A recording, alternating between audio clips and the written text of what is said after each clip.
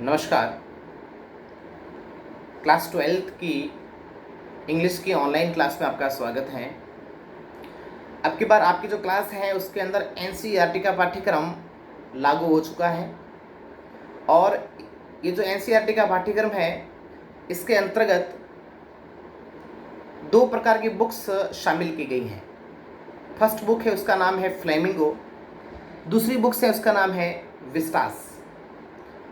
Flamingo नाम की जो बुक्स हैं उसके अंदर आपके प्रोज लेसन भी दिए गए हैं और उसमें पोइट्री भी दी गई है। फिर विस्टास नाम की जो सप्लीमेंट्री बुक्स है उसके अंदर भी कुछ स्टोरीज वगैरह दी गई हैं, यानी कि उसमें भी कुछ इंटरेस्टिंग लेसन दिए गए हैं। उसके बाद में आपके अगला जो आता है भाग वो है रीडिंग वाला। रीडिंग का जो सेक्शन है उसके अंदर आपको अनसीन पैसेज जो है वो पूछे जाएंगे और अनसीन भी जो पैसेज हैं दो प्रकार से आपको पूछे जाएंगे। एक तो उसमें से आपको नीचे लिखे प्रश्नों के उत्तर आपको जो पैसेज में से ढूंढ के देने पड़ेंगे और अगला जो पूछने का तरीका है वो है नोट मेकिंग करना, यानी कि आपका जो पैसेज है उसके अंदर से इम्पोर्टेंट जो नोट्स हैं वो बनाना, शॉर्ट जो होता है ना नोट्स वो बनाने, या फिर आपका जो पैसेज है उसको समराइज करना, उसका सारांश लेखन है वो करना। फिर है राइटिंग वाला सेक्शन। राइटिंग वाले के अंदर आपसे एडवर्टीजमेंट है, नोटिस है, पोस्टर्स हैं या फिर फॉर्मल या इनफॉर्मल इनविटेशन आपसे पूछा जाएगा। अब जो आपका फॉर्मल या इनफॉर्मल जो इनविटेशन है उसमें रिप्लाईज या फिर डिक्लाइनिंग, या तो स्वीकृति या अस्वीकृति आपसे पूछी जाएगी। उसके बाद में आपको रिपोर्ट लिखना, प्रतिवेदन लिखना, इंग्लिश में रिपोर्ट जो लिखने का है वो भी आपसे पूछा जाएगा। रिपोर्ट आपकी होनी चाहिए फैक्चुअल, यानी कि तथ्यात्मक जो बिंदु होंगे उसके आधार पर आपसे रिपोर्ट पूछे जाएंगे। फिर लेटर भी बिजनेस या ऑफिशियल लेटर या फिर letter to editor on various social national and international issues. आपका जो पत्र है या तो किसी एडिटर को लिखना या फिर किसी सामाजिक या राष्ट्रीय या फिर अंतर्राष्ट्रीय मुद्दे को लेकर आपका लेटर एग्जाम में आ सकता है। या फिर एप्लीकेशन फॉर अ जॉब, या फिर आपको एप्लीकेशन को लिखना पड़ेगा। जॉब के लिए हम एप्लीकेशन को लिखते हैं, वो भी आपको एग्जाम में पूछी जा सकती है। इसके बाद में आर्टिकल या स्पीच। आर्टिकल का मतलब होता है लेख लिखना। इंग्लिश में आपको आर्टिकल या स्पीच भी लिखने के लिए आपका जो प्रश्न है वो आ सकता है। क्वेश्चन आपके आर्टिकल और स्पीच से भी संबंधित आ सकता है। या फिर आर्टिकल और स्पीच को पूछने का तरीका है कि एग्जाम में कुछ पिक्चर दी गई है, एग्जाम में कुछ एक प्रकार का चित्र है वो दिया गया है और उसको देखने के बाद में उसके ऊपर हमें आर्टिकल या फिर स्पीच को लिखना होता है। अब आज हम ऐसा करेंगे कि आपकी जो फर्स्ट बुक है फ्लेमिंगो, उसका फर्स्ट लेसन है जिसका नाम है द लास्ट लेसन, उसको पढ़ेंगे। लेसन आपका फर्स्ट है लेकिन उसका नाम है द लास्ट लेसन। उसके जो राइटर है उसका नाम है अल्फोंस डाउडेट। अल्फोंस डाउडेट नाम के राइटर हैं, उन्होंने इस लेसन को लिखा है और उसको हम इंग्लिश के अंदर फिर उसका हिंदी का ट्रांसलेशन भी साथ साथ में समझते जाएंगे और इस लेसन को हम आज पढ़ेंगे। तो आज का लेसन है अपना the last lesson. Last lesson ये जो इसके राइटर हैं अल्फोंस डाउडेट। एक बार अपन अबाउट द ऑथर यानी कि लेखक के विषय में पढ़ लेते हैं। लेखक का जो परिचय है उसको एक बार हम समझ लेते हैं। अल्फोंस डाउडेट 1840 to 1897 ये उनका जीवन काल है। तो Alphonse Daudet was a French novelist and short story writer. Alphonse Daudet एक फ्रांसीसी उपन्यासकार एवं लघु कथा लेखक थे। यहाँ पर नॉवलिस्ट का मतलब है उपन्यासकार। The last lesson is set in the days of the Franco Prussian war 1870 to 1871, in which France was defeated by Persia led by Bismarck. The last lesson जो स्टोरी है वो फ्रांस और पर्शिया के बीच युद्ध के दिनों की है, यानी कि फ्रांस और जो पर्शिया देश हैं उनके बीच में युद्ध हुआ था, उस युद्ध का वर्णन है इसमें। और उस युद्ध के अंदर बिस्मार्क के नेतृत्व में पर्शिया ने फ्रांस को हरा दिया था।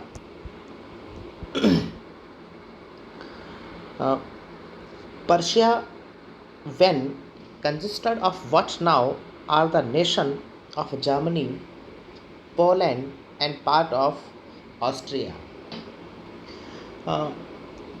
उस जमाने का पर्शिया आज के जर्मनी, पोलैंड और ऑस्ट्रिया के कुछ हिस्सों से मिलकर बना था। यानी कि उस युग का जो पर्शिया था वो आज के ज़माने का जर्मनी, पोलैंड और ऑस्ट्रिया के कुछ हिस्सों से मिलकर बना था। In this story, the French district of Alsace and Lorraine have passed into Persian hands. इस कहानी में फ्रांस के अल्सास तथा लॉरेन जिले पर्शिया के अधीन हो गए हैं। Read the story to find out what effect this had on life at school. ये जानने के लिए कहानी को पढ़ते हैं और इस कहानी का विद्यालयी जीवन पर क्या असर पड़ता है ये भी समझने का प्रयास करेंगे। तो चलते हैं कहानी के ऊपर, इस स्टोरी को पढ़ते हैं। स्टोरी यहाँ से स्टार्ट होती है। I started for school very let that morning and was in great dread of a scolding, especially because M. Hamel had said that he would question us on participle, and I did not know the first word about them.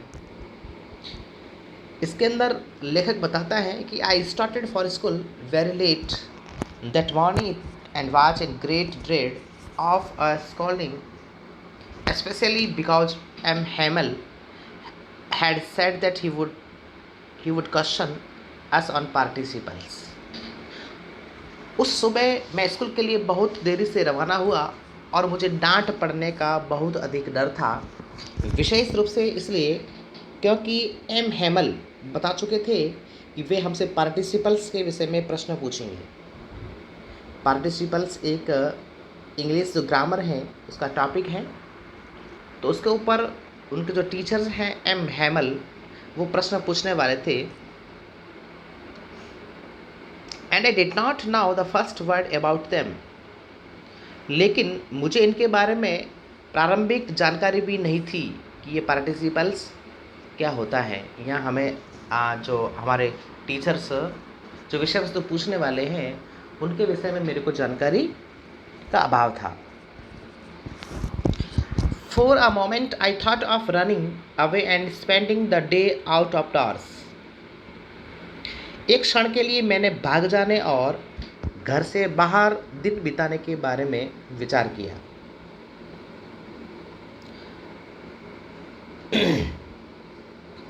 It was so warm, so bright. अब उस दिन बहुत अधिक warm थी, यानी कि गर्मी थी, लेकिन वातावरण भी चमकीला था, अर्थात दिन सुहावना था।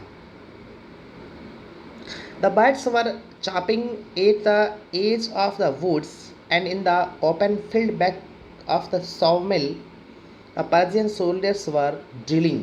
यहाँ पर एक वर्ड्स है चार्पिंग। चार्पिंग का मतलब होता है चहचहाना यानी कि पक्षियों के चहचहाने की आवाज़। फिर वर्ड्स हैं साउमिल। साउमिल का मतलब है आरा मशीन। फिर पर्शिया के सैनिक, पर्शियन का मतलब पर्शिया जो देश है, सोल्डर का मतलब सैनिक से है, वह ड्रिलिंग यानी कि वो अपना सैनिक अभ्यास कर रहे हैं। तो इसमें जो राइटर वो बताना चाहता है कि एक क्षण के लिए मैंने वहाँ से भाग जाने का प्रयास किया, ठीक है ना।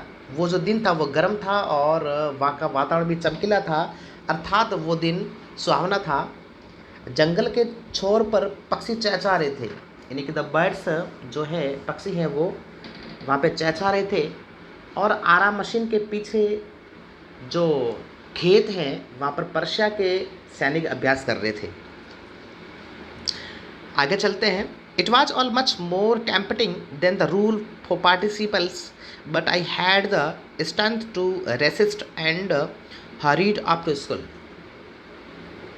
ये सब पार्टिसिपल्स के नियमों से कहीं ज़्यादा मनमोहक था, किंतु मुझ में विरोध करने यानी कि अपनी इच्छा पर नियंत्रण रखने की शक्ति थी और मैं तेज़ी से स्कूल के लिए चल पड़ा। But I had the strength to resist and hurried off to school. यहाँ पर एक वर्ड्स हैं हरीड ऑफ। हरीड ऑफ का मतलब है स्कूल के लिए रवाना हो जाना। आगे अगला जो पैराग्राफ है अपना, When I passed the town hall, there was a crowd in front of the bulletin board. जब मैं सभागार के पास से गुजरा तो सूचना पट के सामने भीड़ थी, ठीक है ना। यानी कि मैं जब सभागार के पास में से निकला तो जो बुलेटिन बोर्ड है यानी कि सूचना पट है वहाँ पर लोगों की बहुत अधिक भीड़ थी। For the last 2 years, all our bad news had come from there. पिछले 2 वर्ष से हमारे सारे बुरे समाचार यहीं से आते थे, यानी कि सभागार हैं वहीं से पिछले 2 वर्षों से जो भी बुरे समाचार आते थे वो वहीं से आते थे। द लॉस्ट बैटल, हारे हुए युद्ध के समाचार। The draft, the order of the commanding officer, सेना में भर्ती के कानूनी आदेश संबंधी समाचार। And I thought to myself without stopping, what can be the matter now? सेना अधिकारी के आदेश संबंधी समाचार और मैंने बिना रुके अपने मन ही मन सोचा। And I thought to myself, मैंने मन ही मन विचार किया, without stopping, बिना कुछ रुके। What can be the matter now? अब क्या बात हो सकती है। Then as I hurried by as fast as I could go, the blacksmith Vector, यहाँ पर एक वर्ड्स हैं blacksmith। blacksmith का मतलब लोहार होता है, जो लकड़ियों का नहीं, जो मतलब लोहे का जो काम होता है वो करता है। तो blacksmith का नाम है Vector। Vector नाम का blacksmith है।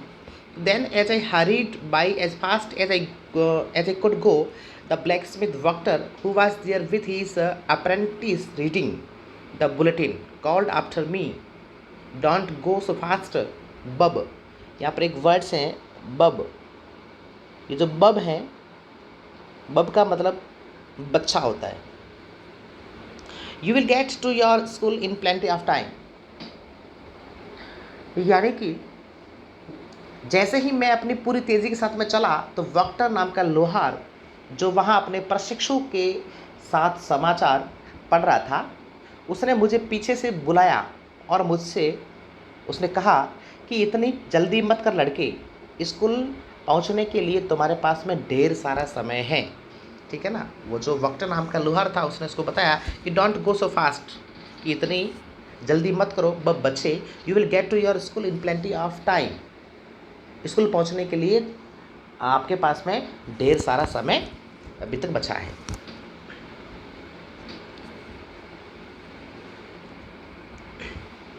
I thought he was making fun of me, मैंने सोचा कि ये मेरा मजाक उड़ा रहा है। यहाँ पर फन का मतलब होता है मजाक उड़ाना। तो I thought he was making fun of me and I reached M Hamel Hamel's little garden all out of breathe.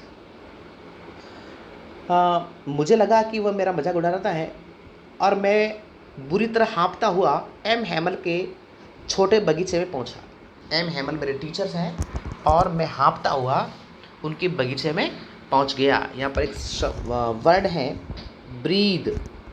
Breathe का मतलब होता है हाँपना या बहुत अधिक तेज गति के साथ में श्वास लेना। Usually when school began there was a great bustle which could be heard out in the street। आमतौर पर जब हमारा विद्यालय ओपन होता है, हमारा स्कूल स्टार्ट होता है, तो आसपास के जो गली है, मोहल्ले हैं, वहाँ पर बहुत सारा शोर शराबा होता है, बहुत अधिक हलचल होती है स्कूल के ओपन होने की। ठीक है ना। हाँ, स्कूल के जो टेबल्स हैं, स्कूल की जो चेयर वगैरह है और स्कूल का जो वातावरण है वो एक प्रकार का हलचल वाला वातावरण होता है। तो आसपास के जो मोहल्ले हैं, जो गली है, उनमें भी पता हो जाता है कि स्कूल से वो ओपन होने वाला है। The opening and closing of desk, यानी कि जो टेबल हैं उनके भी बंद होने और उनके जो खुलने की भी आवाज़ हमको सुनाई देती है। इससे हमें पता चलता है कि स्कूल जो है वो ओपन होने वाला है। लेसन रिपीटेड इन यूनिसन, और स्कूल के अंदर जो टीचर्स हैं पाठों को पढ़ाता है और बच्चे भी उसके टीचर के पीछे पीछे दोहराते हैं, तो वो एक प्रकार का समवेत वाचन होता है। समवेत वाचन इसको इंग्लिश में कहते हैं यूनिसन। तो ये यूनिसन का मतलब समवेत वाचन होता है और एक पढ़ाने का एक मेथड है, टीचिंग मेथड है, जिसके अंदर ज़ोर ज़ोर से पढ़ाया जाता है और जो बच्चे होते हैं वो पीछे पीछे दोहराते हैं। एक प्रकार का मौखिक वाचन है, ओरली रीडिंग है। Very loud with our hands over our ears to understand better, and the teacher's great ruler rapping on the table। जो टीचर्स हैं उनके हाथ में एक बहुत बड़ा रूलर है, यानी कि पटरी है, स्केल्स जैसा, और वो बार बार अध्यापक जी हैं वो उस रूलर को टेबल के टकरा रहे हैं, तो उनकी भी आवाज़ गली है या मोहल्ले में स्पष्ट रूप से सुनाई देती है। But now it was also still, परंतु अब सब कुछ इतना शांत था। ठीक है ना, अब सब कुछ इतना शांत था। I had counted on the commotion to get to my desk without being seen. मुझे भरोसा था कि हो हल्ला के बीच में बिना किसी को दिखाई पड़े मैं अपनी मेज़ पर पहुंच जाऊंगा। मुझे इतना भरोसा था, मुझे विश्वास था कि मैं बिना आवाज़ किए, एकदम सुनसान, बिना आवाज़ किए मैं अपनी मेज़ है वहाँ पर मैं पहुँच ही जाऊँगा। हाँ, फिर but of course that day everything had to be as quiet as Sunday morning. परंतु उस दिन हर चीज़ को सचमुच रविवार की सुबह जितना ही शांत होना था। ठीक है ना, उस दिन वो जो दिन था वो रविवार की तरह ही एक शांत दिन था। ठीक है ना, हर रोज़ हलचल होती थी, लेकिन आज तो विद्यालय में एकदम शांति है। सब वहाँ पर विद्यालय में टीचर्स हैं, बच्चे हैं, सब कुछ है, लेकिन एक प्रकार से शांति का वातावरण है। मुझे समझ में नहीं आ रहा था कि आखिर मेरे विद्यालय में हो क्या रहा है, अब क्या बुरी न्यूज़ मेरे को मतलब मेरे लिए सुनने के लिए रखी है। आगे हैं, through the window I saw my classmates already in their place and M. Hamel walking up and down with his terrible iron ruler under his arm। वो जो खिड़की है, विंडो हमारे क्लासरूम की, तो खिड़की में से मैंने अपने सहपाठियों को देखा, जो मेरे क्लासमेट्स थे उनको देखा। वे पहले ही अपने स्थान पर बैठ चुके थे, यानी कि मेरे जो क्लासमेट्स हैं वो सब ऑलरेडी इन देयर प्लेसेस, वो सब अपने स्थान पर बैठ चुके थे। और जो M Hamel walking up and down with his terrible iron ruler under his arm. ठीक है ना, लेकिन जो हमारे एम हैमल है अपने भयानक लोहे के पैमाने को बगल में दबाए इधर उधर वो घूम रहे थे। ठीक है ना। हमारे जो टीचर्स हैं एम हैमल, उनके पास में एक लोहे की पटरी है और वो पटरी को लेकर इधर उधर वो घूम रहे हैं। पटरी को उन्होंने अपने बगल में दबाई हुई है। I had to open the door and go in before every day. मुझे दरवाज़ा खोलना पड़ा और सबके सामने अंदर जाना पड़ा।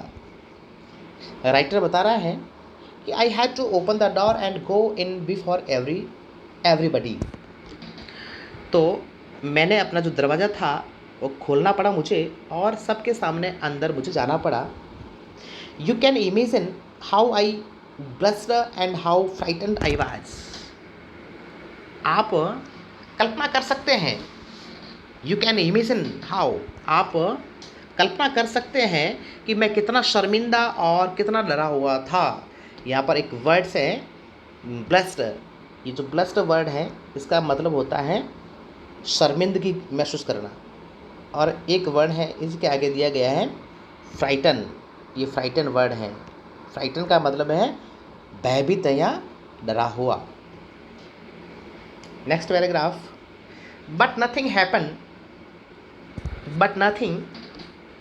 हैपन, परंतु ऐसा कुछ भी नहीं हुआ। बट नथिंग हैपन का मतलब होता है परंतु ऐसा कुछ भी नहीं हुआ। एम हैमल साव मी, जो एम हैमल है उन्होंने मुझे देखा, एंड सेड वेरी काइंडली, उन्होंने मुझे देखा और बड़ी दयालुता से उन्होंने मुझे कुछ कहा। Go to your places quickly little friends, उन्होंने कहा कि हे नन्हे फ्रेंड्स, जल्दी से अपने स्थान पर जाओ, यानी कि जल्दी से अपनी जगह पर जाओ। हे छोटे फ्रेंड्स, हे नन्हे फ्रेंड्स, तुम शीघ्रता से अपने स्थान पर जाओ। We were beginning without you, we were beginning without you, यानी कि हम तुम्हारे बिना ही पढ़ाना शुरू करने वाले थे। मिस्टर हैमल ने बताया कि तुम अपने स्थान पर जाओ नन्हे फ्रेंड्स, आज हम तुम्हारे बिना ही पाठ को पढ़ाने वाले थे, अच्छा हुआ कि तुम आ गए। नेक्स्ट है, I jumped over the bench and set down at my desk. मैंने मेज के ऊपर से छलांग लगाई और set down at my desk, और मैं मेरी मेज पर बैठ गया। Not till then, when I had got a little over my fright, did I see that our teachers had on his beautiful green coat.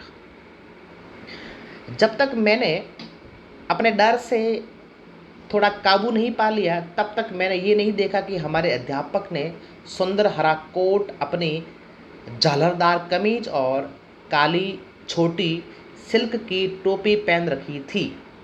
ठीक है ना। ये उसमें बता रहा है कि not till then when I had got a little over my fright did I see then that our teacher had on his beautiful green coat. हमारे जो अध्यापक जी थे उन्होंने हरे रंग का सुंदर सा जो कोट है वो उन्होंने पहन रखा था। हिज फ्रिल्ड शर्ट, और उन्होंने झालरदार जो कमीज है वो भी पहन रखी थी। And the little black silk cap, और उन्होंने एक छोटी सी रेशम की टोपी है वो भी उन्होंने पहन रखी थी हमारे टीचर ने, M Hamel. All embroidered that he never wore except on his inspection and prize days। हाँ, ये जो आज हमारे जो अध्यापक जी इतने सजे हैं, इतने संवरे हुए हैं, ये हमेशा अगर हमारे विद्यालय में कोई पुरस्कार का दिन होता था या कोई फंक्शन होता था उस समय इतने ये संवरते थे। लेकिन आज भी हमारे जो मिस्टर ये एम हैमल जो टीचर हैं ये सजे हुए हैं, एकदम तैयार हो चुके हैं। मेरे को समझ में नहीं आ रहा है कि आज का दिन जो है मेरे को एक प्रकार से अलग दिख रहा है, मतलब आज होने क्या वाला है ये मेरे को समझ में नहीं आ रहा है। ठीक है ना।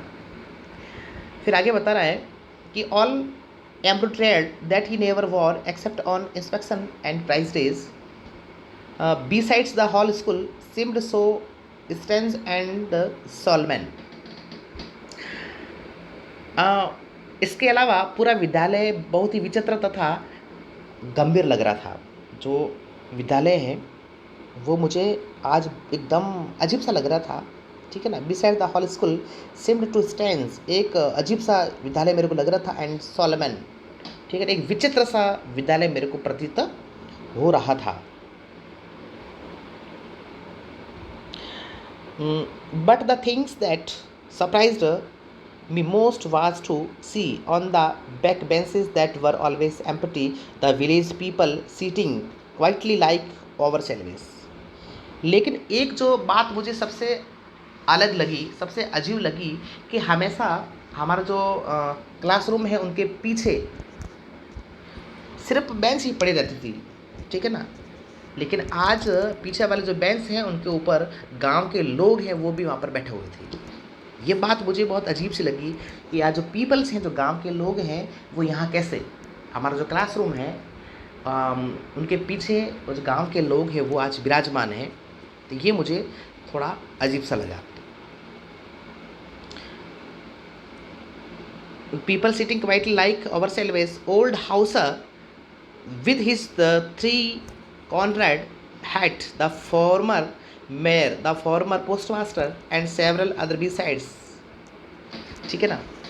अब देखिए क्या होता है कि यहाँ पर जो सब लोग आ चुके हैं, पूरा विद्यालय जो है वो बहुत ही विचित्र तथा मेरे को एक प्रकार से अजीब सा लग रहा है। किंतु जिस चीज़ को देखकर मेरे को अचंभा हुआ वह ये थी कि वहाँ पर जो पीछे वाले बेंच हैं वहाँ पर लोग आकर बैठे हुए हैं और लोग भी चुपचाप वहाँ पर बैठे हुए थे। अपना तिकोना टोप पहने बूढ़ा एक हाउसर नाम का आदमी है, वो उन्होंने अपने ऊपर एक प्रकार का टोप जो है वो पहना हुआ है। उसके अलावा भूतपूर्व मेयर यानी कि महापौर साहब हैं वो भी वहाँ पर आए हुए हैं, भूतपूर्व पोस्ट मास्टर वो भी वहाँ पर आए हुए हैं, और इनके अलावा और भी कई अन्य जो ग्रामीण लोग हैं वो सब क्लासरूम के पीछे बैठे हुए हैं। ये जो सीन है, दृश्य है, मैंने देखा तो मुझे एक अजीब सा लगा कि व्हाट हैपेंड, आज क्या होने वाला है। एवरीबडी लुक्ड सैड, सब वहाँ पर उदास दिख रहे थे, जो भी लोग वहाँ पर बैठे हुए थे सब के सब मुझे आज सैड, उदास दिख रहे थे। And Hauser had brought and old primer, और एक हाउसर जो था वो भी बहुत उदास था। उनके हाथ में एक पुरानी पुस्तक है यानी कि बाल पोथी है, वो साथ में लाया है हाउसर नाम का व्यक्ति, और वो अपने अंगूठों से वो जो किताब है उनके पन्नों को पलट रहा है। वो जो पन्ने हैं वो भी गंदे हो चुके हैं, लेकिन वो जो हाउसर हैं एक उदास मुद्रा में अपने जो हाथ में किताब है उसके पन्नों को पलट रहा है। आगे है, thumbed at the edge and he held it open on his knees with his great spectacles lying across the pages. अब ये हाउसर नाम का जो व्यक्ति है, ओल्ड व्यक्ति है, पुराना व्यक्ति है, और उनके हाथ में जो बुक्स हैं उनके पन्नों को वो अपने अंगूठों से पलट रहा है। उनके आंखों में चश्मे लगाए हुए हैं क्योंकि ओल्ड व्यक्ति है, बूढ़ा व्यक्ति है, ठीक है ना। और उसका जो बड़ा जो चश्मा है वो बाल पोथी के पृष्ठों पर पड़ा था, ठीक है ना, यानी कि वो अपने जो हाथ में बुक्स है, पुस्तक है, उनको वो पढ़ रहा था। तो आज का जो लेसन है इतना ही। अगले वीडियो के अंदर हम इससे आगे का जो पैराग्राफ है वो पढ़ेंगे। अब इसका जो मैंने हिंदी अनुवाद आपको बताया है, उम्मीद करता हूँ कि हिंदी अनुवाद को समझे, क्योंकि ये जो स्टोरी है इसको साथ साथ में समझेंगे तो अपने को इजी लगेगी। और इसके अंदर कोई भी आपको डिफ़िकल्ट वर्ड्स आपको लगता है तो उसको भी साथ साथ में नोट जो है वो करते रहे अपने नोटबुक के अंदर, ठीक है ना। Thank you.